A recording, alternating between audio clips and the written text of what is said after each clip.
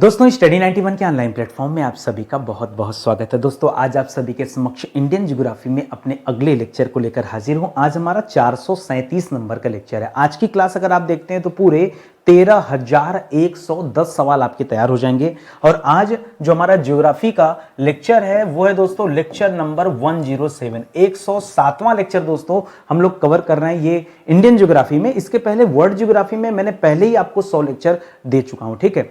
तो आज का जो हमारा टॉपिक है भारत के प्रमुख उद्योग के बारे में चर्चा कर रहे थे और आज हम पढ़ेंगे रेशम संबंधी उद्योगों के बारे में, उनके उत्पादन के बारे में, कांच उत्पादन के बारे में, चमड़ा उत्पादन के बारे में, पटाखा उत्पादन के बारे में और कुछ अलग से सवाल भी मैं आपको बताऊंगा जैसे कि परीक्षा में पूछे जाते हैं, ठीक है। स्क्रीन पर बहुत कुछ दिया होगा दोस्तों, इन सभी सवालों का जवाब आपको आज हमारी क्लास में मिलने वाला है। देखिए ये जो सीरीज मैं चला रहा हूं ना ये बहुत इंपॉर्टेंट सीरीज है। आप कोई भी परीक्षा दे रहे हो ना, आप ये सीरीज पढ़िए, आपका एक एक विषय बहुत बढ़िया तैयार हो जाएगा, ठीक है। आप एक बार ट्राई करो, आज की क्लास लेके देखो, अच्छा लगेगा तो पीछे की क्लास जरूर देखना, ठीक है। चलिए स्टार्ट करते हैं। ध्यान देंगे स्टडी 91 के ऑनलाइन प्लेटफॉर्म से हमने बहुत सारे बैच भी लॉन्च किए हैं। आप एक बार मौका दीजिए, हमारे साथ जुड़िए, अपने आप आपको क्वालिटी और भरोसा दोनों हो जाएगा। विश्वास हो जाएगा कि नितिन सर के साथ जुड़ने का एक अलग ही मजा है और एक अलग ही पढ़ने और पढ़ाने की टेक्निक यहां पर आपको देखने को मिलेगी, जिससे बहुत आसानी से चीजों को आप याद रख पाएंगे, ठीक है।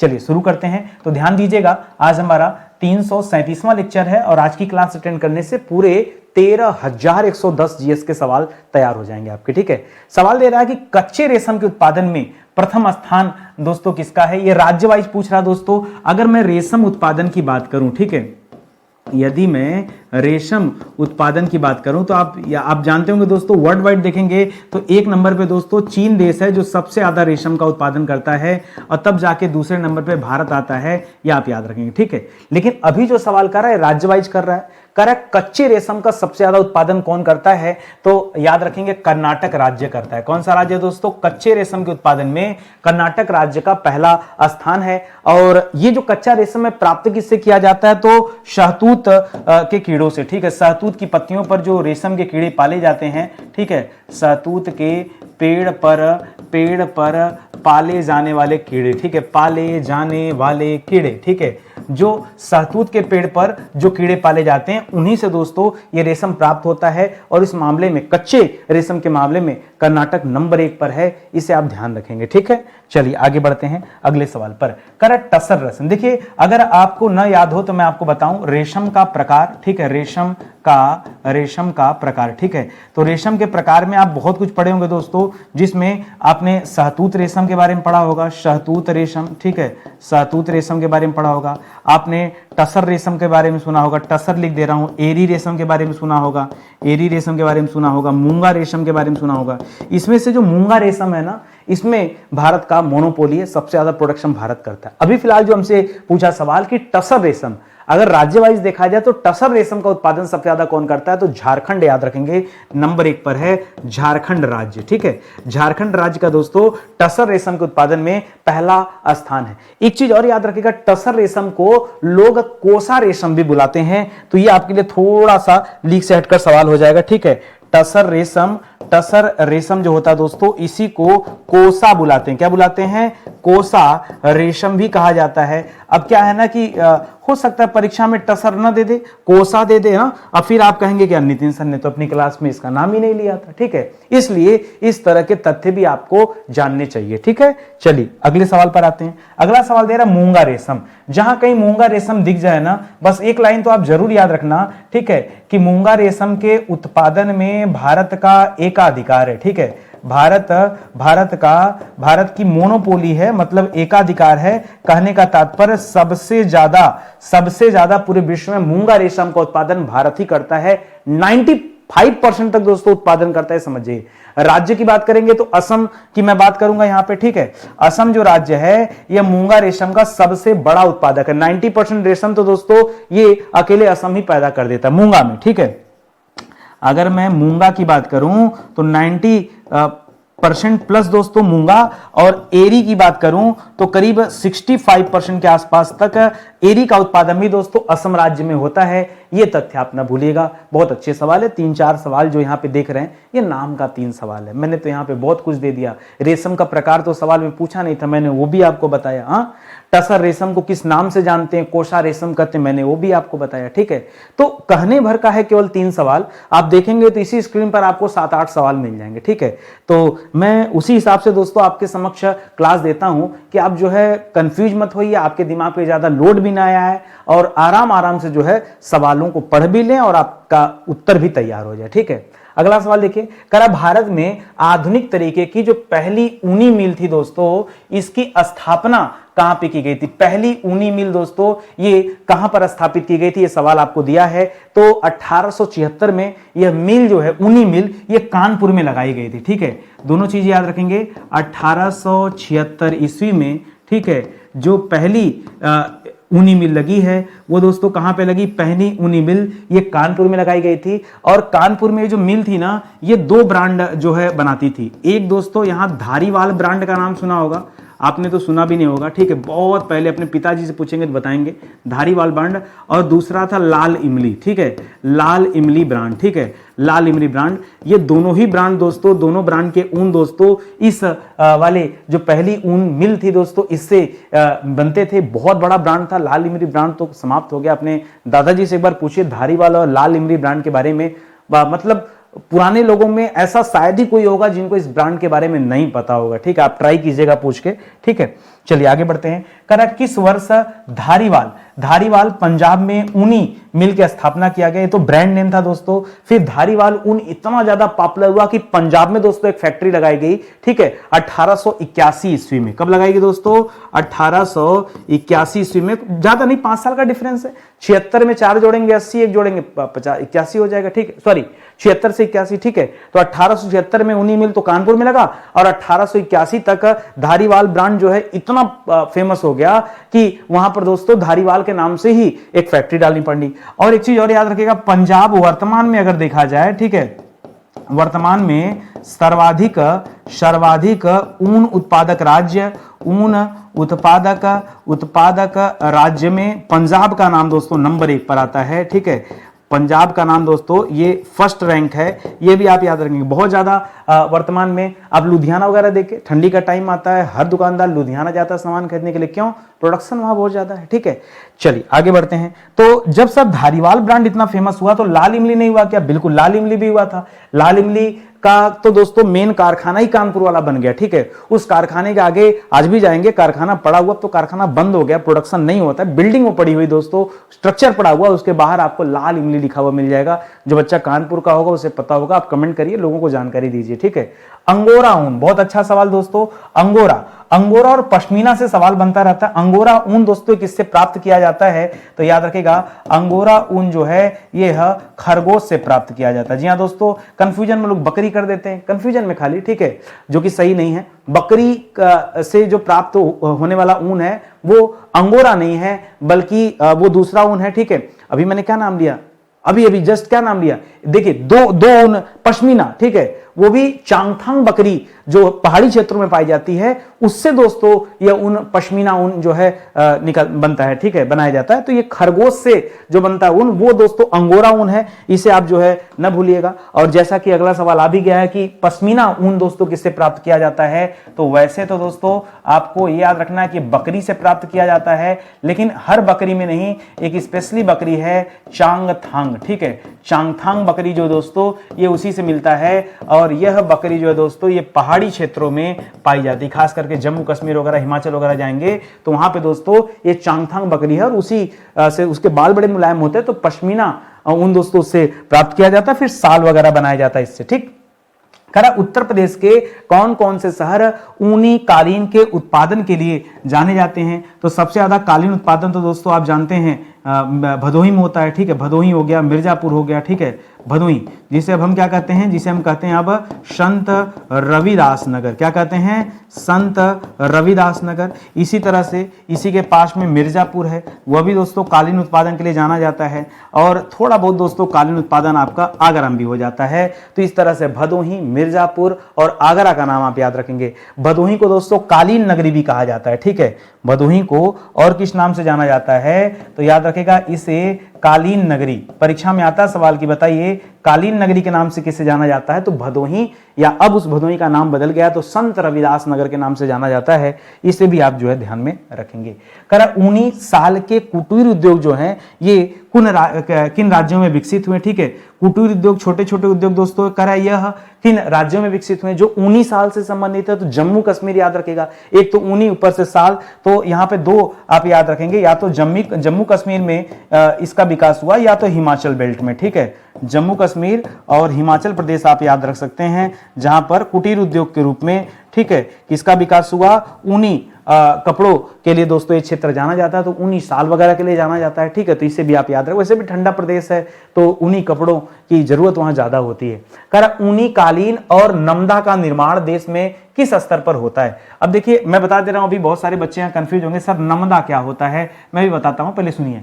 ऊनी कालीन तो दोस्तों आप जान ही रहे हैं, कह रहा ऊनी कालीन और नमदा का निर्माण देश में किस स्तर पर, अभी पीछे बताया कि कुटीर उद्योग के रूप में दोस्तों ये फेमस है, तो आप यहाँ पे वही पूछना चाह रहा है जो आप अभी पढ़े हैं, ठीक है। तो यहाँ पे आप याद रखेगा यह कुटीर उद्योग के स्तर पर दोस्तों इसका विकास हुआ है, पहले तो दोस्तों आप इसे याद रखेंगे। दूसरा नमदा दोस्तों याद रखेगा, नमदा को हम फील्ड के नाम से भी जानते हैं, ठीक है, याद रखेंगे फील्ड के नाम से जाना जाता है। कभी किसी ने नमदा का नाम सुना, बताइए, कभी किसी ने नमदा का नाम सुना हो आज के पहले तो कमेंट कीजिएगा, ठीक है। सही बताऊं, जब ये क्वेश्चन में यहां पे ला रहा था, टाइप कर रहा था, तो मेरा भी ध्यान गया नमदा क्या होता है, ठीक है। तो मुझे लगा अगर मैं नहीं पढ़ूंगा तो बच्चों को एक्सप्लेन कैसे करूंगा, क्योंकि बच्चों के दिमाग में भी ये बात है कि सर नमदा होता क्या है। तो नमदा को कहा जाता है फील्ड, क्या कहते हैं, पहले याद रखें, नमदा को फील्ड कहते हैं। और ये कुछ होता नहीं है, ये एक विशेष प्रकार का ऊनी कपड़ा है, ठीक है, जो नमदा के नाम से जाना जाता है, ठीक है। बस इतना याद रखें, ऊनी कपड़ा है। और ऊनी कपड़ा बनता किससे है दोस्तों, सिंपल सी बात है, ऊन से बनता होगा, ठीक है। तो याद रखेगा ऊन, बाल, रेशा, इन सब चीजों से इसको तैयार करते हैं, ठीक है।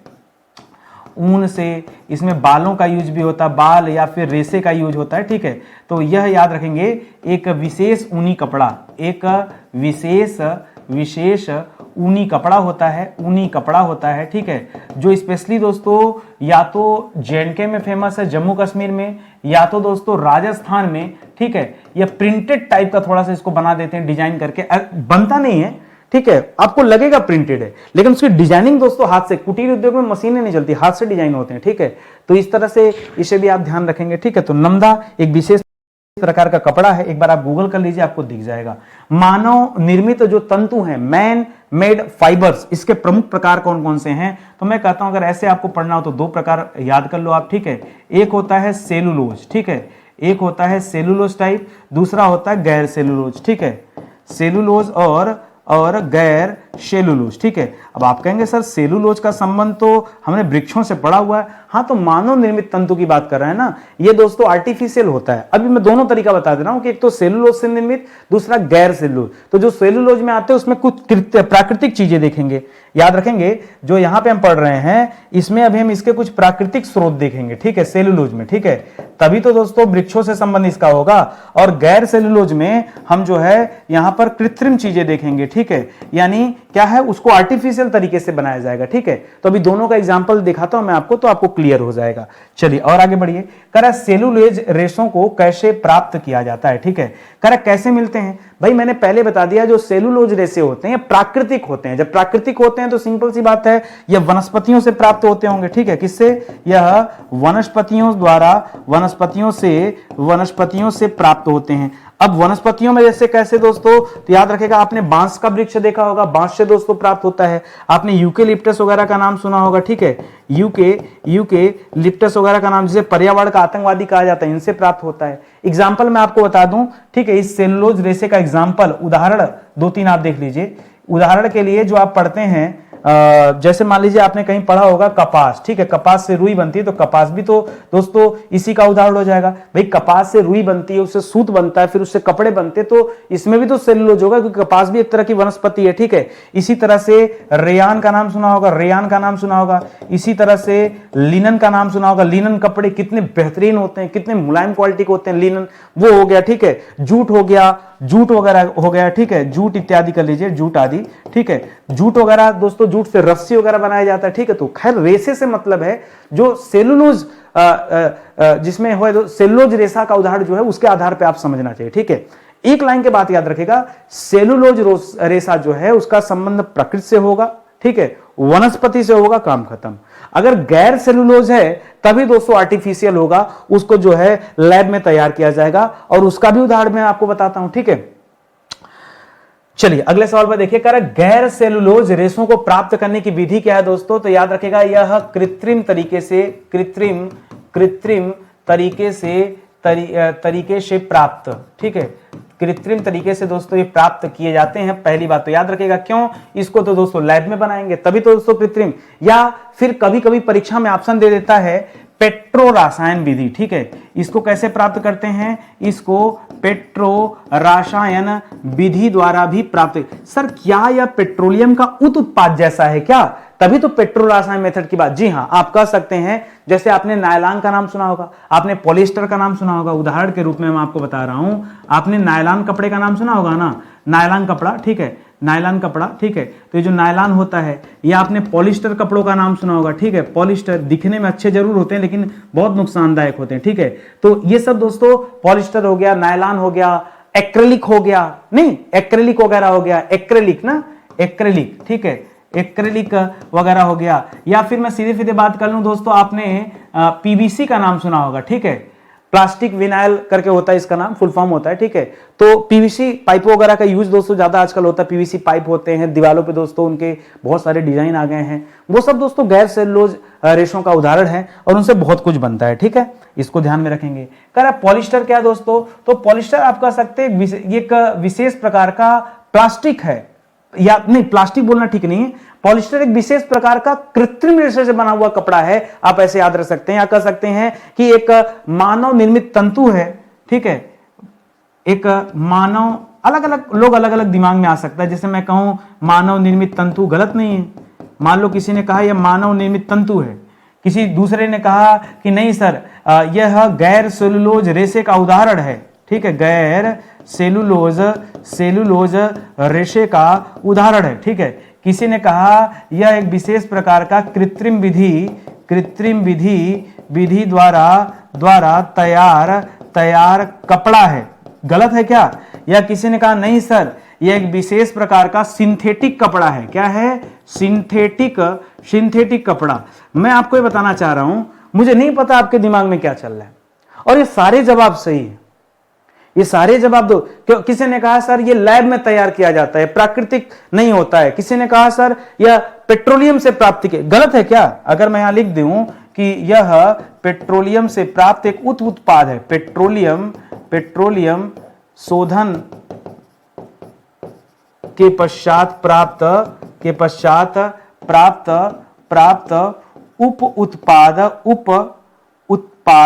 उत्पाद द्वारा निर्मित, ठीक है, निर्मित। क्या गलत है क्या। या किसी ने कहा नहीं सर मैं तो पेट्रो रासायनिक करूंगा, कर लो भैया, सब सही है। बस मैं चाहता हूं आपका बेस क्लियर हो जाए, आप समझ जाओ कि मैं आपको क्या बताना चाह रहा हूं। एग्जामिनर क्या पता क्या ऑप्शन दे दे इसमें से ना, तो इस तरह से आपको पढ़ना जरूरी होता है। जितना डिटेल में आप पढ़ेंगे ना, कॉन्सेप्ट आपका उतना क्लियर होगा। कह रहा भारत में पहला स्वदेशी रेयान उत्पादक संयंत्र मतलब फैक्ट्री, संयंत्र का मतलब क्या दोस्तों, यहां पे संयंत्र का मतलब सीधा सीधा फैक्ट्री कारखाना से है। आपसे पूछा जा रहा है कि आपने अभी रेयान पढ़ा ना पीछे, ठीक है, रेयान। करा स्वदेशी रेयान उत्पादक जो फैक्ट्री है ये भारत में पहली बार दोस्तों कहां लगाई गई थी, तो ये केरल में लगी थी, उत्तर भारत में कहीं नहीं लगा, ये केरल में लगा। केरल में एक जगह है रायापुरम, ठीक है, ये रायापुरम लगा था, आजादी के ठीक पहले लगा था, ठीक है, रायापुरम में लगाया गया था आजादी के ठीक पहले। 1947 में भारत आजाद हुआ, 1946 में यह स्वदेशी रेयान फैक्ट्री लगाएगी। देखिए आज मुझे, क्योंकि मैं भी रिसेंट में पढ़ा हूं इसलिए मुझे याद है, लेकिन सन नहीं याद होगा।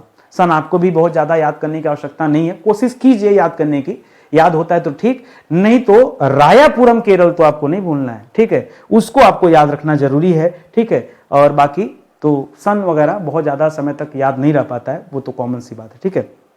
ध्यान देंगे दोस्तों, मैंने इसी सीरीज में ना आपको एंशिएंट हिस्ट्री डिटेल में पढ़ाया है। 1 नंबर से लेकर 45 नंबर तक का जो लेक्चर है वो हमारा एंशिएंट का था। 46 से लेकर 91 तक का लेक्चर ये हमारा मिडावल का है। 92 से लेकर 150 तक का लेक्चर जो हमारा मॉडर्न हिस्ट्री का है। इसी तरह से 151 से लेकर के 230 तक का जो लेक्चर है वो संविधान का है। 231 से लेकर 330 तक का जो लेक्चर है वो विश्व के भूगोल का है। और उसके बाद हम लोगों ने पढ़ना शुरू किया था भारत का भूगोल। 331 नंबर से मैं पढ़ा रहा हूं, थक गया पढ़ाते पढ़ाते, लेकिन ज्योग्राफी अभी समाप्त नहीं हुई। आज हम पहुंच गए अपने 437 नंबर का लेक्चर, यानी केवल और केवल ज्योग्राफी में हमने आपको दिया कुल मिला के 107 लेक्चर। कितना? 107 लेक्चर। मायने रखता है 107 लेक्चर में ज्योग्राफी माने। अब तक का मुझे लगता है सबसे लंबा चलने वाला जो सेशन है ज्योग्राफी का है, क्योंकि इंडियन ज्योग्राफी है, मुझे लगा बहुत विधिवत पढ़ाना चाहिए, बहुत विस्तार से पढ़ाना चाहिए। एक एक टॉपिक मैंने पढ़ाया, कुछ छोड़ा नहीं। मुझे लगता है हफ्ते भर से तो हम लोग उद्योग के बारे में पढ़ रहे हैं, एक एक चीजों के बारे में पढ़ रहे हैं। ठीक है, तो अच्छी बात है। ठीक है, कभी तो लगना चाहिए कि नहीं कुछ छूटा नहीं है। रेयान उत्पादक इकाइयां जो हैं ये उत्तर प्रदेश में कहां स्थापित की गई हैं। ठीक है, तो दोस्तों भारत का जो पहला था, जो पीछे आपने पढ़ा, ठीक है, भारत का पहला जो था दोस्तों वो तो आपने कहां पढ़ लिया? केरल के रायापुरम में। कहां पढ़ा? वो आपने पढ़ा केरल के रायापुरम में ये फैक्ट्री दोस्तों लगाई गई थी। 1946 में लगाई गई थी। उसी तरह से जो दूसरी फैक्ट्री आज हम बात करें उत्तर प्रदेश में, तो उत्तर प्रदेश में दोस्तों यह फैक्ट्री लगाई गई कानपुर में। कहां लगाई गई दोस्तों? कानपुर में। सन पूछेंगे, मुझे नहीं याद है, क्लियर कट बता रहा हूं, नहीं याद है तो नहीं याद है। ठीक है, कोई तुक्का वगैरह नहीं, बस याद रखिए कि कानपुर में फैक्ट्री लगी। नायलॉन तंतु उत्पादन, ठीक है, नायलॉन तंतु उत्पादक इकाइयां ये उत्तर प्रदेश में दोस्तों कहां स्थित है? तो यह भी दोस्तों कानपुर में ही लगाई गई। ठीक है, उत्तर प्रदेश में कानपुर में लगाई गई। एक और फैक्ट्री आपको मेरठ में मिल जाएगी, इसकी नायलॉन वाली एक फैक्ट्री आपको कानपुर के अलावा मेरठ में भी मिल जाएगी। और नायलॉन भी कुछ अलग से नहीं, एक सिंथेटिक फाइबर है यार। ठीक है, नायलॉन क्या है? एक प्रकार का सिंथेटिक फाइबर है। क्या है दोस्तों? यह सिंथेटिक फाइबर का उदाहरण है, आप समझ लो। ठीक है, उदाहरण है। ठीक है, सिंथेटिक फाइबर का उदाहरण है। बस ये सिंथेटिक फाइबर याद रखेंगे, चाहे पॉलिस्टर की बात कर लीजिए, चाहे नायलॉन की बात करिए, एक्रेलिक की बात कर लीजिए, सब इसी का उदाहरण है। कह रहा कुटीर उद्योग के तहत कांच उद्योग का विकास दोस्तों सबसे ज्यादा कहां हुआ है? तो आज मुझे एक नया सवाल मिला। ऐसे तो हम क्या पढ़ते हैं दोस्तों? फिरोजपुर का नाम आप पढ़ते हैं। ठीक है, फिरोजाबाद यार, फिरोजपुर का, हम पंजाब चले जाएंगे। ठीक है, फिरोजाबाद उत्तर प्रदेश की हम बात करें, क्या हो गया? ठीक है, एक सेकंड रुक जाइए। तो फिरोजाबाद का नाम आप सभी ने सुना होगा, फिरोजाबाद। ठीक है, फिरोजाबाद आपका दोस्तों उत्तर प्रदेश में है। इसके अलावा आपको नहीं पता होगा, इस बार जब मैं तैयारी कर रहा था तो मुझे नया सवाल मिला, बेलगांव कर्नाटक। हाँ सर, वो महात्मा गांधी संबंधित जो रहा, जहां कांग्रेस का अधिवेशन हुआ था 1924 में, महात्मा गांधी ने पहली बार दोस्तों अध्यक्षता किया था, वाला बेलगांव। हाँ, कर्नाटक बेलगांव दोस्तों, वहां सबसे ज्यादा कांच की सामानें बनती हैं।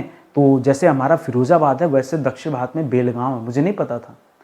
तो आपको क्या लगता है कि जब यहाँ मैं क्वेश्चन बनाता हूँ तो मुझे सीखने को नहीं मिलता? बहुत कुछ सीखने को मिलता है मुझे भी। ठीक है, और मैं शुरू से हमेशा आदती रहा हूँ पढ़ने का, नई नई चीजें सीखने का, समझने का। और जितना सीखता हूँ वो मैं चाहता हूँ, बड़ी खुशी होती है मुझे कुछ नया ढूंढने में और आपको बताने में। आनंद आया ना पढ़ करके? फिरोजाबाद तो हर बच्चे को पता है, बेलगांव नहीं पता होगा, गारंटी के साथ बोल रहा हूं। 99% लोग दोस्तों नहीं जानते होंगे। ठीक है, फिलहाल फिरोजाबाद आप याद रखेंगे, जो आपके लिए ज्यादा इंपॉर्टेंट है। अगला सवाल दे रहा है कि फिरोजाबाद कांच के किस उत्पादन के लिए दोस्तों प्रसिद्ध है? तो दोस्तों यहां पर चूड़ियों का उत्पादन होता है। ठीक है, चूड़ी का उत्पादन। ठीक है, बहुत ज्यादा मात्रा में दोस्तों यहां चूड़ियां बनती हैं। चूड़ी नहीं होता, चूड़ी। ठीक है, चूड़ी का उत्पादन होता है दोस्तों चूड़ी उद्योग के लिए। और वैसे भी इसे भारत का ग्लास सिटी कहते हैं भाई। फिरोजाबाद जो है इसे क्या कहते हैं? इसे भारत का ग्लास सिटी कहा जाता है। क्या कहा जाता है? भारत का ग्लास सिटी कहा जाता है। हो सकता है कोई परीक्षा में पूछ दे, लेकिन बेलगांव आपको नहीं भूलना है। ठीक है, कह रहा है कांच की चादरें ये उत्तर प्रदेश में मुख्यतः कहां बनाई जाती हैं? बताइए, अच्छा सवाल है। ठीक है, अब बच्चा सोचेगा कांच की चादर पूछा, चला जाएगा फिरोजाबाद। अरे यार फिरोजाबाद रुको, कांच की चादरें दोस्तों जो बनती हैं, एक तो नैनी में बनती हैं। जी हाँ, नैनी दोस्तों ये प्रयागराज उत्तर प्रदेश के अंतर्गत आएगा। ठीक है, प्रयागराज उत्तर प्रदेश के अंतर्गत आएगा।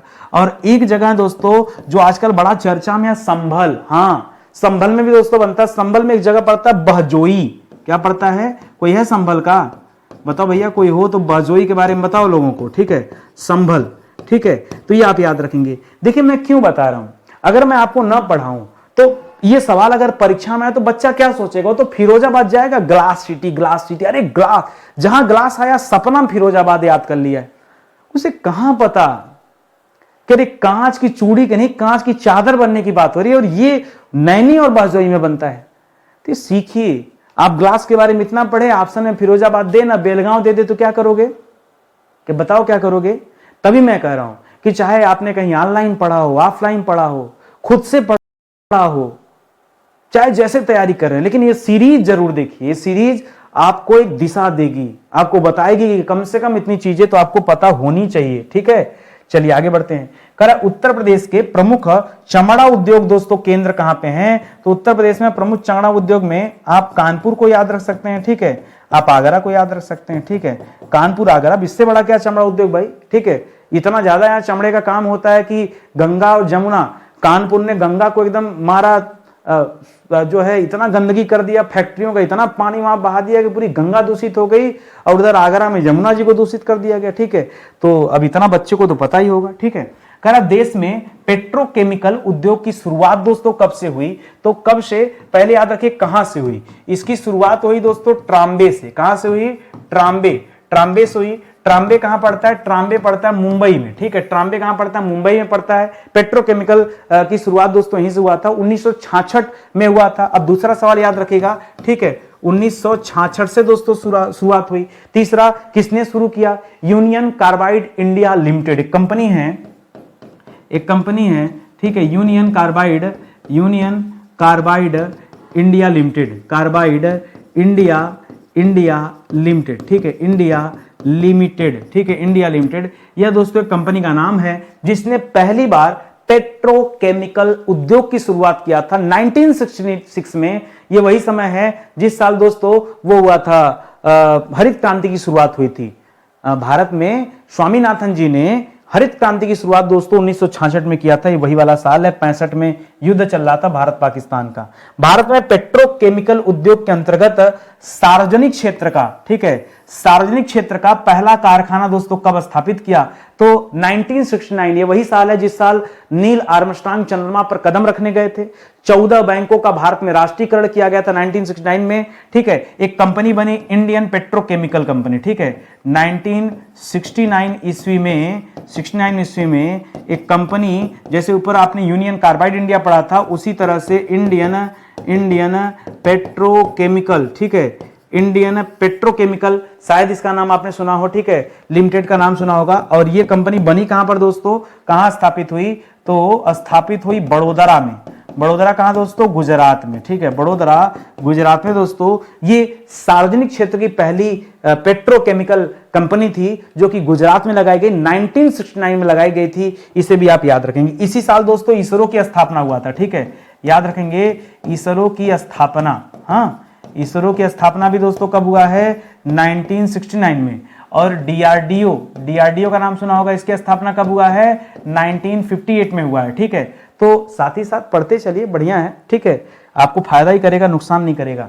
कह रहा है पॉलीमर का निर्माण दोस्तों किससे होता है, पॉलीमर जो होता है इसका निर्माण दोस्तों किससे होता है, इसका निर्माण होता है, अगर बायोलॉजी में आपने पढ़ेंगे, केमिस्ट्री में पढ़ेंगे, बायोलॉजी में नहीं, इथिलीन का नाम सुना है, एथिलीन और प्रोपेलिन से, किससे, इथिलीन और प्रोपेलिन से दोस्तों इसका निर्माण होता है। मैं पॉलीमर की बात कर रहा हूं, पॉलीमर का निर्माण इथिलीन और प्रोपेलिन से होता है, इसको याद रखेंगे, ठीक है। और कैसे प्राप्त होता है ये पूछ दे तो कच्चे तेल के परिष्करण के दौरान दोस्तों, शुद्धिकरण के दौरान मिलता है, ठीक है, कच्चे तेल के परिष्करण के दौरान प्राप्त, ठीक है, परिष्करण के दौरान प्राप्त दोस्तों किया जाता है। ये क्या प्राप्त किया जाता है, पॉलीमर प्राप्त किया जाता है, ठीक है, इसे आप ध्यान में रखेंगे। और आगे बढ़िए अपने अगले सवाल पर आइए। अगला सवाल दे रहा है कि कृत्रिम रेशे, नायलॉन हो गया, पॉलिस्टर हो गया, एक्रेलिक हो गया, ये सब नाम हम पीछे पढ़े थे, ठीक है। और ये किस श्रेणी में आते हैं दोस्तों, तो इनकी श्रेणी भी दोस्तों आप याद रखेंगे, इसको गैर सेलुलोज श्रेणी में रखा जाता है। किसमें रखा जाता है, गैर सेलुलोज श्रेणी में रखा जाता है। तभी तो इसे सिंथेटिक नाम दिया जाता है। क्या नाम दिया जाता है, इसे सिंथेटिक कहा जाता है, ये भी आप याद रखेंगे। कह रहा कृत्रिम रेशे का उपयोग दोस्तों या किस उद्योग में किया जाता है, तो ये खास करके ये जो चीजें हैं ये कपड़ा बनाने में दोस्तों, ठीक है, कपड़ा उद्योग लिख लीजिए, ठीक है, टेक्सटाइल इंडस्ट्री, कपड़ा को क्या बोलते हैं, टेक्सटाइल इंडस्ट्री बोलते हैं, ठीक है। तो कपड़ा उद्योग या फिर क्या दे दे, टेक्सटाइल, क्या दे दे, टेक्सटाइल, ठीक है। टेक्सटाइल इंडस्ट्री जो दोस्तों, टेक्सटाइल इंडस्ट्री जो है, इसमें दोस्तों इसका यूज किया जाता है, ये आप याद रखेंगे, कृत्रिम रेशे का यूज, ठीक है। और आगे बढ़िए दोस्तों अगले सवाल पर। करा एक्रेलिक हो गया, एक्रेलिक स्टेपल रेसे दोस्तों ये कहां तैयार किए जाते हैं, ठीक है। 20 बार आपको पढ़ा चुका हूं कि गैर सेलुलोज होते हैं, सिंथेटिक होते हैं, तो लैब में तैयार किए जाते हैं। कहां बनते हैं, लैब में। जगह पूछ दे तो अलग बात है, जगह पूछ दे तो पेट्रोकेमिकल जो इंडस्ट्री पढ़ा था आपने, बड़ोदरा और राजस्थान का कोटा ले लीजिए, ठीक है। तो बड़ोदरा और कोटा का नाम आप बता सकते हैं अगर जगह वाइज पूछे तो, ठीक है। वरना फिर ये है क्या, सिंथेटिक फाइबर है भाई। कितने बार मैं एक ही चीज बताऊं, ये क्या है, ये एक प्रकार का सिंथेटिक फाइबर है। क्या है, अब फाइबर माने क्या होता है, तंतु है। बड़ी गजब स्थिति है, नहीं समझ में आ रहा था क्या, फाइबर, तंतु, ठीक है, तंतु। चलिए आगे बढ़ते हैं, अपने अगले सवाल पर आते हैं। अगला दे रहा है पॉलिस्टर स्टेपल रेशे का उत्पादन कहां से किया जाता है। अच्छा, एक्रेलिक अलग होगा, पॉलिस्टर अलग होगा, सब सिंथेटिक फाइबर है, ये भी सिंथेटिक फाइबर है। इसका उत्पादन दोस्तों कहां पे होता है, ये भी कोटा बड़ोदरा में होता है। लो, ये भी बड़ोदरा में होता है, कोटा में होता है, एक दो जगह और लिख लो, ठीक है। मुंबई में भी होता है, बड़ोदरा, कोटा, मुंबई, मनाली में भी होता है। मनाली लिख लो, मुंबई लिख लो, हाँ, मनाली लिख लो, मुंबई लिख लो, ठीक है, मुंबई। सर इतना कैसे आपको याद है, अरे पॉलिस्टर कपड़ा मुंबई, फैक्ट्री इतनी भरी पड़ी मुंबई में, करो याद कैसे, हाँ। पॉलिस्टर कपड़े कहाँ बनते, खाली वो देखो ना।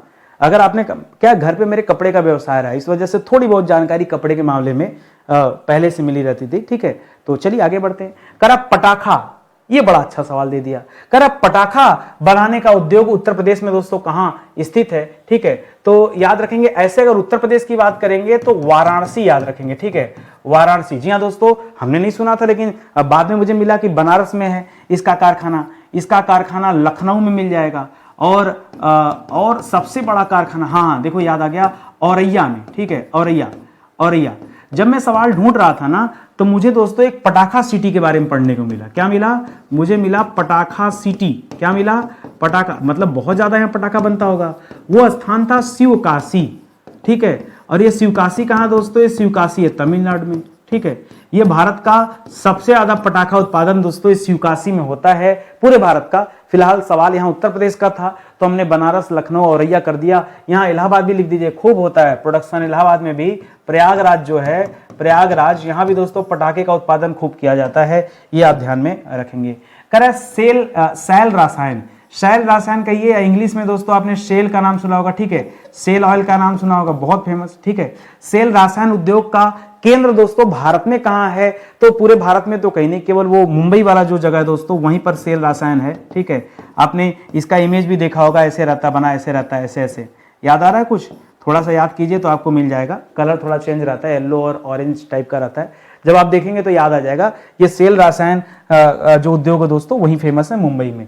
कह प्लास्टिक उद्योग को किस उपनाम से जाना जाता है, ठीक है। वैसे तो इसे कहा जाता है सनराइज इंडस्ट्री। क्या कहा जाता है, सनराइज इंडस्ट्री के नाम से दोस्तों, इंडस्ट्री के नाम से दोस्तों इसे जाना जाता है। पहला पॉइंट याद रखिए, ठीक है।